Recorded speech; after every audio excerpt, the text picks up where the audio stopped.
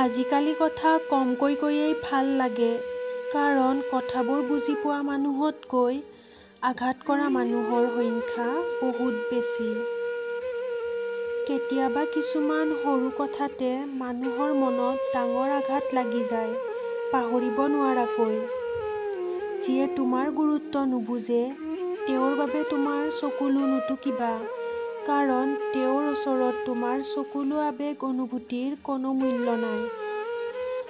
সময়, শৰীৰ আৰু সম্পৰ্ক এই তিনিটাত কেতিয়াও মূল্যৰ লেবেল লিখা নাথাকে, কিন্তু যেতিয়া হেৰাই যায়, তেতিয়াহে ইয়াৰ মূল্য বুজা যায়।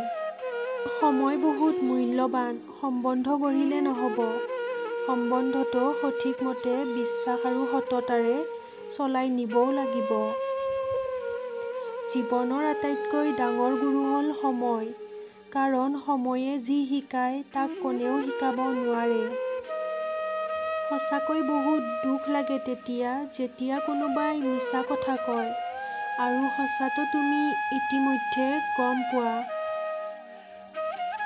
পৰাপক্ষত অকলশৰীয়া হৈ থকাই ভাল। বৰ্তমান যুগৰ মানুহে মৰমৰ চলেৰে মুখৰ হাঁহিটোও কাঢ়ি লৈ যায়। শুনিবলৈ বেয়া যদিও সঁচা, নিজৰ মানুহখিনিয়েহে নিবিচাৰে আপোনাৰ উন্নতি। বাকী মানুহৰ সময় ক'ত আছে আপোনাৰ ভাল-বেয়া চাই থাকিবলৈ।